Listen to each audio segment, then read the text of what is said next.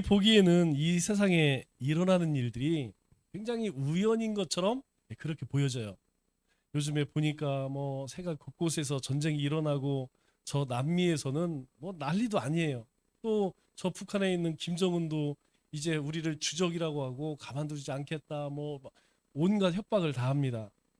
우리가 볼 때에는 도대체 왜 저렇게 전쟁을 못해서 안달인가 막 이런 생각이 들죠? 그런데 그게 우연이 아니라는 거예요. 또 기근도 마찬가지입니다. 일본에서 엄청난 지진이 일어났죠. 그런데 많은 사람들이 죽고 뭐 많은 사람도 죽은 것도 문제지만 거기 원자력 발전소가 또 문제가 있대요.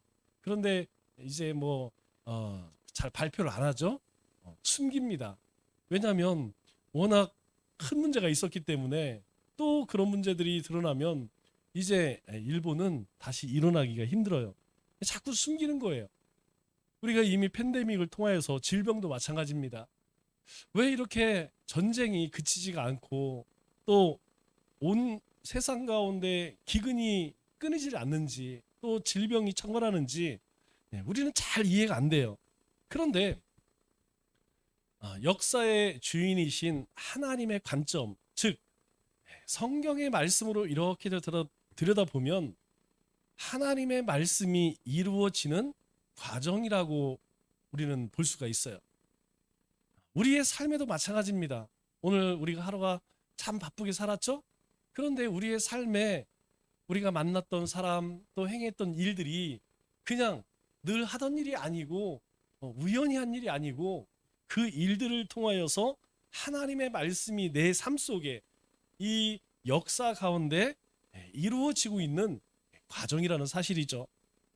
단지 문제는 무엇이냐? 우리는 그 하나님의 일하심과 하나님의 섭리를 보지 못한다는 거예요. 여러분들이 만일 오늘 눈을 떠서 하나님 앞에 기도하고 말씀으로 시작했다면 또 그 말씀을 품고 내가 살았다면 우리는 그 작은 일들 속에서 하나님의 살아계심을 경험할 수 있다는 것이죠. 주일날 저녁에 문자가 한 통이 왔어요. 여러분들도 몇 번 보셨던 제 제일 중마고 같은 친구, 그 부인이 암에 걸려갖고 한 5년 전에 수술했죠. 그런데 문자가 왔는데 소천했다는 거예요. 그 친구 와이프가 이제 51살인가 2살인가 그런데 갑자기 죽었대요. 암으로 5년을 투병을 했는데 수술이 잘 됐습니다. 그리고 항암 치료도 잘 됐어요. 그런데 계속 이렇게 추적 치료를 하다가 이 임파선으로 전이가 됐대요. 그런데 전이가 계속 나중에는 뭐 이제 다 퍼지게 돼서 그렇게 떠났다고 하더라고요. 제가 처음에는 잘 실감이 안 나더라고요. 신앙이 굉장히 좋아요. 그때 수술할 때도 뭐라고 이야기했냐면 하나님이 부르시면 기쁜 마음으로 가겠습니다. 그렇게 얘기를 하더라고요. 그래서 하나님이 그렇게 수술이 잘 돼서 살려주셨다고 믿고 1대1을 했습니다.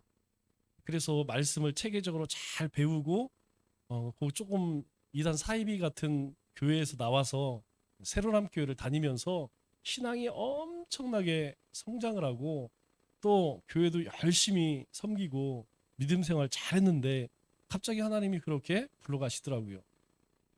어, 그, 그 집사님만 그런 것이 아니고 사실 우리 주변에 이 암으로 돌아가시는 분들이 굉장히 많습니다. 그래서 제가 한번 찾아봤어요. 도대체 이 암이란 것이 무엇인가? 여러분 이 한자가 암이라고 하는 한자예요. 그런데 이 한자를 가만히 보면 참 희한하게 생겼습니다. 먼저 우리가 이 바깥에 있는 이 변이라고 그러죠? 이 변이 무슨 변이냐면 병들어 기댈 역의 변자예요. 그러니까 이 바깥에 있는 요런 모양이 있죠? 요 모양은 병들어서 기대는 거예요. 뭐 사람이든 짐승이든 마찬가지입니다. 개도 병이 들잖아요. 예, 땅바닥에 기대어서 양지에서 죽을 날을 기다리더라고요. 사람도 마찬가지입니다. 병이 들면 누군가에게 의지해야 돼요. 누군가에게 기댈 수밖에 없습니다. 자기 혼자 설 수가 없어요. 그런데 그 안에 보면 입구자가 세 개가 있습니다. 구멍이 세 개 있다는 거죠. 요 입구자 세 개를 우리는 품이라고 그래요. 품. 뭐 성품, 상품 할 때 그 모양을 나타내는 것이죠. 여러분, 이 구멍 세 개를 우리 몸에서 한번 찾아볼까요? 네, 입이 있겠죠. 코, 그리고 귀가 있습니다. 그래서 사람이 이렇게 숨을 거두면 이 구멍을 제일 먼저 막는다고 하죠. 왜냐하면 바로 부패가 시작하기 때문에 이 구멍을 막지 않으면 예, 여러 가지 위생적으로 아주 좋지 않습니다. 그래서 요 세 개 구멍을 이제 품이라고 그래요. 그리고 그 밑에 보면 산이 있죠. 매산. 그러니까 이 뜻은 무엇이냐면 세 개의 구멍을 세 개의 구멍에 산 같은 것이 꽉 막고 있다는 거예요. 그러니까 이 세 개의 구멍이 산과 같이 어떤 큰 것이 막고 있으면 병들어서 누군가에 기댈 수밖에 없다. 이게 암 한자의 풀입니다. 그러면 우리 입에서는 뭐가 나올까요? 여러분, 우리 입에서 흔히 탐심이 나온다고 이야기를 합니다. 네, 우리가 살아가면서 우리가 얻고자 하는 모든 것을 무엇을 통해 얻어요? 우리 입으로 얻는다는 거예요. 그래서 입은 탐심을 의미합니다. 그런데 이 탐심이 산처럼 쌓이게 되면 입이 이제 막히는 거예요. 그러면 입이 막히면 제일 큰 문제가 뭐예요? 먹지 못하는 거죠. 두 번째는 콧바람입니다. 콧김. 여러분, 콧김이 언제 나올까요? 콧김이 나올 때에는 분노가 차오를 때에 콧김이 나오게 돼 있어요. 나도 모르게 씩씩거리면 코로 홧김이 나옵니다. 그러니까 이 콧김은 뭘 의미하냐면 우리 내면에 있는 분노, 이 분노를 참지 못하면 콧김이 나오게 돼 있어요. 그것이 마치 산처럼 그렇게 나온다. 이건 뭐 감당이 안 되는 거죠. 세 번째로 이 귀는 뭘 의미하겠습니까? 듣는 거 얘기하는 것이죠. 듣지 않는 자를 성경은 어리석은 자, 미련한 자라고 이야기합니다. 그러니까 우리가 살아가면서 그냥 탐욕에 또 분노가 가득 차고 어리석은 삶을 살게 되면 어떤 문제가 생겨요? 병들어서 기대가 된다는 거예요. 그런데 이게 회복이 안 된다는 것입니다. 무섭다는 것이죠. 결국은 이 세 가지가 우리 가운데에 해결이 되지 않으면 우리 안에 이제 병이 나게 돼 있어요. 그래서 우리가 어디에 욕심을 가져야 되느냐? 하나님 사랑하는 데 욕심을 가져야 됩니다. 대신에 우리가 소유한 것은 베풀 수 있어야 돼요. 성경의 가르침 아닙니까? 성경은 하나님의 나라를 사모하라. 믿음에 대해서는 너희가 탐심 가져도 된대요. 그러나 물질에 대해서, 권세에 대해서, 너의 명예에 대해서는 나누라는 거예요. 그거 품으면 병 생긴다는 것이죠. 분노는 해가 지기 전에 풀래요. 절대로 그 다음날까지 가져가지 말랍니다. 왜 그럴까요? 병 생깁니다. 여러분, 마음속에 화를 담아두면 화병 생깁니다. 그리고 정신건강에 좋을 수가 없어요. 여러분, 아무리 이야기해도 듣지 않는 사람, 무기토병 같은 사람이 있어요. 벽과 같은 사람이 있어요. 결국은 그 어리석음 때문에 자기 인생을 바치게 된다는 것이죠. 여러분, 지난주에도 여러분들에게 한 가지를 말씀드렸어요. 여러분, 교회 왜 나올까요? 교회 나오는 것은 예배드리기 위해서, 기도하기 위해서, 그리고 우리가 세상을 향해서 복음을 전하기 위해서 교회 나오는 거예요. 그래서 함께 모여서 예배드리는 겁니다. 다 시작해서 은혜 받기 위해 우리가 교회 나오는 거예요. 여러분, 이 신앙생활을 통하여서 우리가 하나님의 은혜로 공급을 받아야지 우리의 탐심이 사라지고 분노가 사라지고 이 지혜로운 삶을 살지 않겠습니까? 여러분, 하나님이 주시는 은혜가 아니면 우리는요, 우리의 분을 이기지 못하고 어리석은 삶을 살 수밖에 없습니다. 그렇기 때문에 우리는 날마다 은혜 삼아야 돼. 은혜. 하나님 은혜 부어주옵소서. 오늘 살아갈 힘을 주옵소서. 은혜가 있어야만 여러분 행복합니다. 여러분, 우리는 뭐 돈 많다고 행복한 사람들이 아니에요? 세상에 성공했다고, 잘 나간다고, 부귀영화한다고 우리는 행복한 인생이 아니라는 거예요. 우리는 하나님의 은혜가 우리 심령에 충만할 때에 비록 가난하도 행복한 것이고 병들어도 행복한 것이고 죽음 앞에 놓였다 할지라도 그게 그리스도인의 행복이라는 것이죠. 저는 우리 성도님들이 그랬으면 좋겠어요. 세상 사람들이 어떻든 늘 하나님과 함께 함으로 인하여서 하나님이 주신 은혜가 충만하고 내 처한 상황이 별 볼 일 없다 할지라도 내 안에 은혜가 있어 정말 행복한 인생, 여러분 행복한 삶을 사세요. 예수 그리스도 안에 사는 삶이 행복입니다. 여러분, 세상 사람들이 이야기하는, 세상이 이야기하는 그 행복은 다 가짜예요. 그것 쫓아갔다가는 우리 인생 전부 파멸로 갑니다. 예수님께서 탄생하셨을 때에 동방박사들이 예수님 앞에 세 가지 예물을 드리죠. 그 세 가지 예물이 뭐예요? 황금과 유향과 모략이에요. 왜 이 세 가지 예물을 드렸느냐? 황금은 왕권을 상징합니다. 왕이라는 것이죠. 이 땅에 왕이 오셨다는 것입니다. 진정한 왕이라는 거예요. 두 번째로 이 유향은 예수님의 신성을 의미합니다. 바로 예수님은 완전한 사람이자 완전한 인간으로 오셨다는 것이죠. 그래서 마지막 세 번째 모략은 예수님의 인성을 의미합니다. 예수님은 이 땅에 사람으로 오셨어요. 동시에 신적 능력을 가지셨습니다. 그래서 이 동방박사들이 예수님 앞에 예물을 드릴 때에 황금과 유향과 모략을 드렸던 것이죠. 오늘 우리가 읽은 본문 말씀에는 하나님께서 예수님을 통하여서 성취하고자 하는 예언 세 가지를 우리에게 말씀하고 있습니다. 다시 이야기해서 세 가지 예언이 예수님을 통하여서 이루어졌다는 것이죠. 그 첫 번째 예언의 성취가 무엇이냐면 13절 말씀을 보니까 이렇게 이야기합니다. 그들이 떠난 후에, 그들이 누구죠? 동방박사들이죠. 여러분, 동방박사들이 예수님을 경배했을 때 얼마나 했을까요? 자, 우리가 누군가의 돌집을 갔어, 아니면 백일집을 갔어. 그때에 여러분 그 잔치가 얼마나 되겠습니까? 우리가 많이 잡아서 3일쯤 잡아요. 여러분, 뭐 우리하고 좀 문화가 틀려요. 그런데 예수님이 지금 어디에 태어나셨죠? 마국간에 태어나셨죠. 여러분, 그곳에서, 그 좁은 공간, 그 냄새나는 곳에서 여러분 3일 동안 탄생했다고 거기서 경배하고 예배할 수 있을까요? 그럴 여건이 안 되겠죠. 아마 길어야 하루쯤, 그죠? 그 정도 했을 거예요. 그리고 떠났습니다. 그런데 그 동방박사들이 떠난 다음에 주의 사자가 요셉에게 현몽하여 이르되, 꿈 가운데에서 이야기합니다. 헤롯이 아기를 찾아 죽이려 하니 빨리 일어나 아기와 그의 어머니를 데리고 애굽으로 피하여 내가 내게 이르기까지 거기 있으라.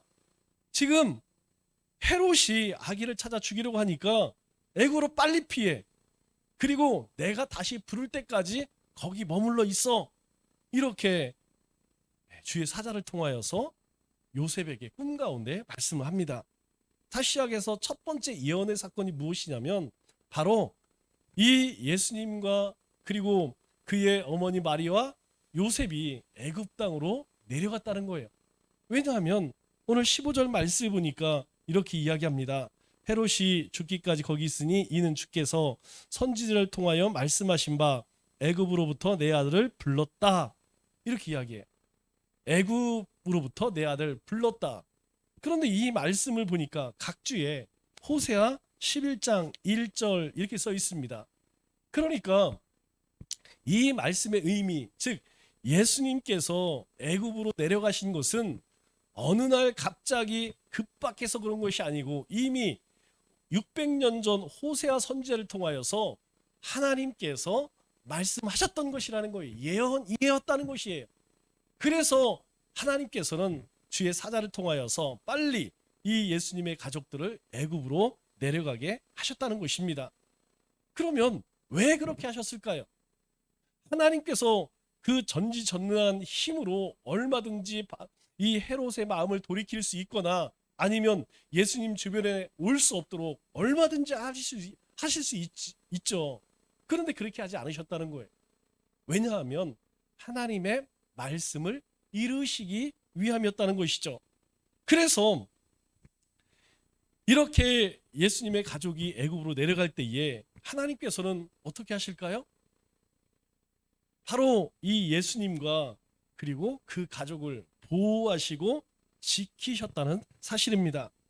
하나님께서는 그렇습니다. 하나님의 백성들을 어떤 위기나 절망 가운데에서 보호해 주시고 선한 손길로 인도하시고 선한 손길을 보게 하신다는 거예요. 여러분, 우리의 삶에도 이 예수님의 가족이 애굽으로 내려가실 때에 안전하게 가실 수 있도록 그렇게 하셨던 것처럼 우리 인생에도 하나님은 그렇게 하신다는 거예요. 만일 이들이 애굽으로 내려간다는 것, 그렇게 쉬운 문제가 아닙니다. 우리가 그리스도인이 하나님의 백성을 이 땅에서 살아간다는 것, 여러분 그거 결코 쉽지가 않습니다. 그런데 하나님이 인도하신다는 거예요. 하나님이 지키신다는 거예요. 마귀가 예수님을 얼마나 해하려고 했습니까? 예수님이 40일 금식 때부터 시험하기 시작해서 그 종교 지도자를 통하여서 수없이 예수님을 죽이려고 했습니다. 그런데 하나님의 때가 이르기 전까지는 예수님을 해하지 못해요. 때가 하나님의 때, 하나님께서 허락하시기 전까지는 건들지 못한다는 것이죠. 그것은 오늘 우리의 삶에도 마찬가지라는 것입니다. 아무리 이 악한 세력들이 우리를 우는 사자와 같이 그렇게 삼키려고 한다 할지라도 하나님께서 우리를 지키시는 한 결코 건들 수 없다는 거예요. 여러분, 우리가 살다 보면 때로 얼마나 막막하고 얼마나 두렵고 떨릴 때가 많은지 모릅니다. 우리 힘으로 감당할 수 없을 때에 여러분, 우리가 할 수 있는 일이 있나요? 없습니다. 없어요. 우리가 할 수 있는 그렇게 많지가 않습니다. 그때에 하나님께서 우리를 보호하시고 인도하신다는 것이죠. 우리가 작은 고통 때에도 또 감당할 수 없는 큰 고통 때에도 하나님께서는 우리와 함께 하신다는 거예요. 그래서 예수님이 이 땅에 오실 때 천사를 통해 뭐라고 말씀하십니까? 임마누엘, 하나님께서 우리와 함께 하신다. 여러분, 우리가 조그만 문제 때만 하나님이 개입하는 것이 아니고 우리가 감당할 수 없을 때에도 하나님은 여전히 우리와 함께 하신다는 거예요. 저는 시편 23편 말씀을 참 좋아합니다. 하나님 앞에 기도할 때에 늘 이 말씀을 자주 붙들고 기도해요. 여러분, 시편 28절 말씀 보면 여러분, 이 다윗이 어떤 고백을 합니까? 여호와는 나의 목자신 내게 부족함이 없으리로다. 이 고백을 할 때에 이 다윗이 아무런 문제가 없어서 여호와는 나의 목자시니 내가 정말 부족함이 없다. 여러분, 그렇게 느껴져서 이 고백을 했을까요? 아닙니다. 그가 정말 수많은 죽음의 위협 가운데에서 주님이 함께 하시니까 그것들이 큰 문제가 되지 않아요. 그가 고백합니다. 내가 사망의 음침한 골짜기로 다닐지라도 그는 늘 사망의 음침한 골짜기로 다녔어요. 그가 어느 곳을 가든지 그 수많은 사울의 그 첩보원 그들로 인하여서 늘 쫓겨다녀야 했습니다. 어디 한 곳에 제대로 머물러 있을 수가 없었어요. 자기가 머무는 곳에 자기만 위험한 것이 아니었죠. 그를 따르던 많은 사람들까지 위험에 처할 수밖에 없었기 때문에 그는 늘 도망자 신세였어요. 그런데 고백합니다. 내가 사망의 음침한 골짜기로 다닐지라도 해 당함을 두려워하지 않는 것은 주님께서 하나님께서 나와 함께 하심이라. 하나님이 함께 하신대. 내 원수의 목전에서 나에게 상을 차려주시고 기름으로 내 머리에 부으셨으니 내 잔이 넘친대. 어떻게 이런 고백이 가능할까요? 주님이 함께 하심을 깨달을 때에 오늘 이 예수님께서 이 애굽에 내려가실 때에 하나님이 함께 하시니까 그것이 두렵지 않다는 것이죠. 두 번째로 하나님은 필요하실 때 꿈으로 역사하시고 또 천사를 사용하시고 급한 위기를 극복하게 하신다는 것입니다. 오늘 이 애굽으로 내려가라고 하는 이야기를 누구를 통해 이야기합니다. 주의 사자를 통해 현몽하여 이르되 꿈 가운데 이르렀다는 거예요. 하나님께서는 우리 가운데 이와 같이 비상섭리로 역사해 주심을 우리는 기억해야 돼요. 보통은 하나님께서 성경을 통해 우리에게 말씀합니다. 우리가 말씀을 통하여서 깨닫지 못할 때에 하나님께서는 꿈으로도 역사하시고 때로는 초자연적인 방법을 통하여 역사하신다는 거예요. 중요한 것은 무엇이냐? 우리가 말씀으로 우리에게 말씀하실 때에 그걸 들을 수 있어야 돼요. 물론 하나님의 말씀을 우리가 듣거나 읽거나 묵상해야겠죠. 다시 이야기해서 우리가 하나님 말씀이 없으면요, 하나님께서 우리에게 아무리 이야기를 하셔도 들을 수가 없다는 거예요. 왜 여러분들에게 참여하십시오. 여러분 전도 훈련시킨다고 생각하지 마세요. 여러분 성경 읽으시면서 그 성경 말씀 가운데 하나님이 나를 향한 하나님의 비전이 무엇인가, 나를 부르신 소명이 무엇이고 나를 향한 사명이 무엇인지 그거 깨달으라는 거예요. 그 식어졌던 마음이 다시 회복되어져야 된다는 거예요. 왜 큐티해야 합니까? 큐티하기 위해 큐티하는 것입니까? 아니에요. 우리가 큐티를 통하여서 하나님께서 우리 인생 가운데 어떤 계획을 갖고 계신지 어떤 일을 해야만 하는지 알게 하신다는 거예요. 그게 성경을 통하여서 1차적으로 우리에게 말씀하십니다. 여러분 그거 깨닫지 못하면 그 다음에 다른 방법들이 있어요. 때로는 사람을 통하여, 때로는 어떤 사건과 사고를 통하여. 여러분 우리는 재수 없는 인간들이 아니에요. 내 재수 없게 사고가 났네? 아닙니다. 여러분 그것은 또 다른 하나님의 음성이라고 우리가 받아들일 수 있어야 돼요. 사실 우리의 삶에 모든 것이 기적 아닙니까? 오늘 우리가 힘겹게 살아왔지만 오늘 하루를 우리의 삶을 돌아보면요, 우리가 눈을 뜬 것도, 우리가 삶의 터전에서 열심히 일하고 이 예배하는 것도요 기적이더라고요. 장례시장 앞에 서면 여러분 무슨 생각이 듭니까? 살아 숨쉰다는 그 자체가 바로 기적이다. 왜 하나님께서는 우리에게 말씀으로, 때로는 기적으로, 초자연적으로 꿈 가운데 우리에게 말씀하실까요? 우리가 하나님의 자녀이기 때문에, 우리가 하나님의 택한 백성이기 때문에 하나님께서는 우리에게 계속해서 말씀하세요. 또 우리가 하나님 앞에 계속 이야기를 하기를 원하십니다. 하나님은 우리와 늘 소통하기를 원하신다는 것. 세 번째로 이 사건을 통해서 우리가 배우는 교훈이 있는데 그것이 무엇이냐면 바로 요셉과 마리아의 순종이라는 것입니다. 지금 예수님께서 태어나신 지 얼마나 될까요? 그럼 우리가 많이 잡는다고 해도 적어도 예수님께서 애굽으로 내려가실 때에 적어도 태어나서 한 열흘, 한 2주 그 이상 지나지 않았을 거예요. 왜냐하면 만일 이 동방박사가 분명히 헤롯이 뭐라고 이야기했습니까? 경배하고 나에게 알려다오. 그런데 이 성격 나쁜 헤롯이 한 달, 두 달, 석 달을 기다려줄까요?